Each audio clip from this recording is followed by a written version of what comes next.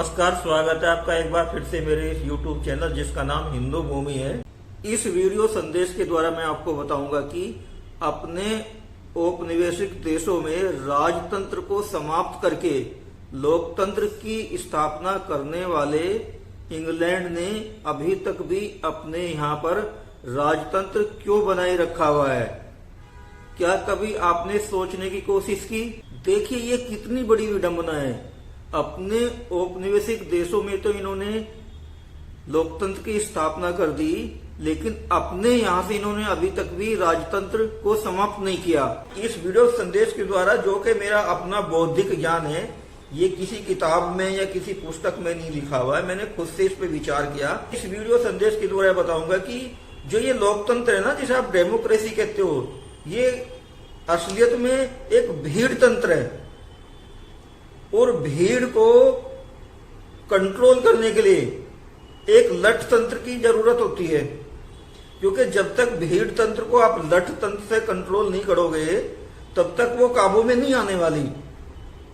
तो अब देखिए, लोकतंत्र तो एक भीड़ तंत्र है। आप देखिए कि भीड़ को एक लीडरशिप चाहिए, एक नेता चाहिए, और भीड़ हमेशा नेता के पीछे चलती है। आप एक देखिए, एक भेड़ों के झुंड को देखिए कि यदि उसके आगे आगे रास्ता दिखाने वाला कोई ना हो तो आप देखिए कि यदि 100 भेड़ होंगी तो वो अलग अलग दिशा में भागना शुरू कर देंगी और उस झुंड का अस्तित्व ही खत्म हो जाएगा। क्यों? क्योंकि वे चारों तरफ एक साथ फैल जाएंगी और वो एक दिशा में चल नहीं पाएंगी, तो इसलिए वो झुंड ही खत्म हो जाएगा। तो इसी प्रकार लोकतंत्र क्या है कि लोकतंत्र का यही रूल है कि भाई सबको सत्ता दो, सबको सत्ता में भागीदारी दो, सबके हाथ में सत्ता होनी चाहिए। सत्ता का जैसे कहते हैं कि इंग्लिश में बोले तो डिसेंट्रलाइजेशन होना चाहिए, लेकिन ये एक गलत तरीका है, या इसे यूं कहें कि उल्टी गंगा पहाड़ चढ़ाना। जब तक आप भीड़ तंत्र को नियंत्रित नहीं करोगे, उसको लठ तंत्र से, तो तब तक कैसे चलेगा? मान लिया कि 100 आदमी है किसी जगह पे और आप 100 के 100 को सत्ता बांट दो, तो वहां पे तो आपस में खिंचाव होगा, एक संघर्ष होगा। तो उसको कंट्रोल करने के लिए आपको कोई तो एक ऐसा पावरफुल आदमी होना चाहिए कि जो उनको कंट्रोल कर सके। मेरा कहने का मतलब यही है कि भाई यदि आप भीड़ तंत्र या लोकतंत्र को कंट्रोल करना है तो भाई उसके लिए आपको एक शीर्ष आदमी चाहिए जो एक लठ के द्वारा आपको कंट्रोल कर सके, आपको काबू में ला सके। तो प्राचीन टाइम में क्या होता था कि जब भारत में अंग्रेज नहीं आए थे तो यहाँ पे राजा उस काम को करते थे, क्योंकि राज्य जो होता था वो राजा के द्वारा नियंत्रित होता था, और जो भी जितने भी धर्म के कार्य हैं या धार्मिक कार्य हैं या जो भी प्रजा के कार्य होते थे वो राजा के द्वारा नियंत्रित होते थे, और राजा को सलाह देने के लिए एक मंत्री परिषद होती थी या एक जो उसका वजीर होता था। ठीक वही चीज आज लोकतंत्र में वो आज काम प्रधानमंत्री या राष्ट्रपति के द्वारा किया जाता है, लेकिन उसका जो चयन की प्रक्रिया है वो थोड़ी सी त्रुटिपूर्ण है। तो भीड़ तंत्र में देखिए कि एक अयोग्य आदमी का भी जो कम जानकारी वाला उसके वोट का भी मान वही है, और एक जो आदमी पढ़ा लिखा है या आज के डिग्रीधारी है उसके भी वोट का मान वही है। तो ये कैसे हो सकता है?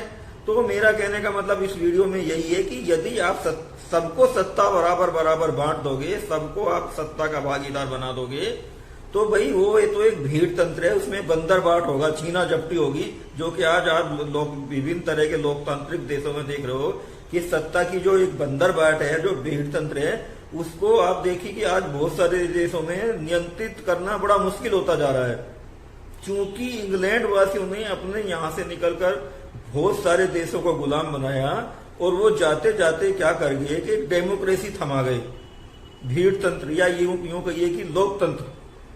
लेकिन इनकी होशियारी देखिए इंग्लैंड की, वो अभी भी अपने यहाँ पे राजतंत्र बनाए हुए हैं। कहने के लिए तो इंग्लैंड में भी लोकतंत्र है, वहां पे भी चुनाव होते हैं, लेकिन वहां के प्रधानमंत्री की कोई वैल्यू नहीं है। अगर वहां की महारानी आज वहां के प्रधानमंत्री को कहे कि भाई सत्ता त्याग दो, तो वो एक सेकंड की भी देरी नहीं करेगा प्रधानमंत्री पद त्यागने में। क्यों? क्योंकि वहां सब कुछ जो है राजा के हाथ में है। इसीलिए देखिए कि विभिन्न देशों में विद्रोह होते हैं, प्रदर्शन होते हैं, देश विरोधी मांगे उठती हैं, लेकिन देखिए इंग्लैंड में कभी कोई ऐसा प्रदर्शन नहीं होता। क्यों?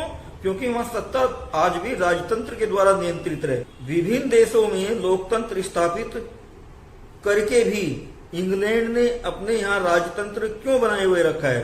ये मेरा वीडियो संदेश आपको कैसा लगा, कृपया करके आप मेरे को कमेंट बॉक्स में बताइए। और साथ ही यदि ये वीडियो संदेश आपको मेरा अच्छा लगा हो या पसंद आया हो तो कृपया करके मेरे चैनल को सब्सक्राइब कर दीजिए और साथ ही बेल आइकन को प्रेस करना ना भूलें। तो मिलता हूं मैं आपसे एक नई वीडियो के साथ, एक नए संदेश के साथ। तब तक के लिए मेरा आपको जय हिंद, भारत माता की जय।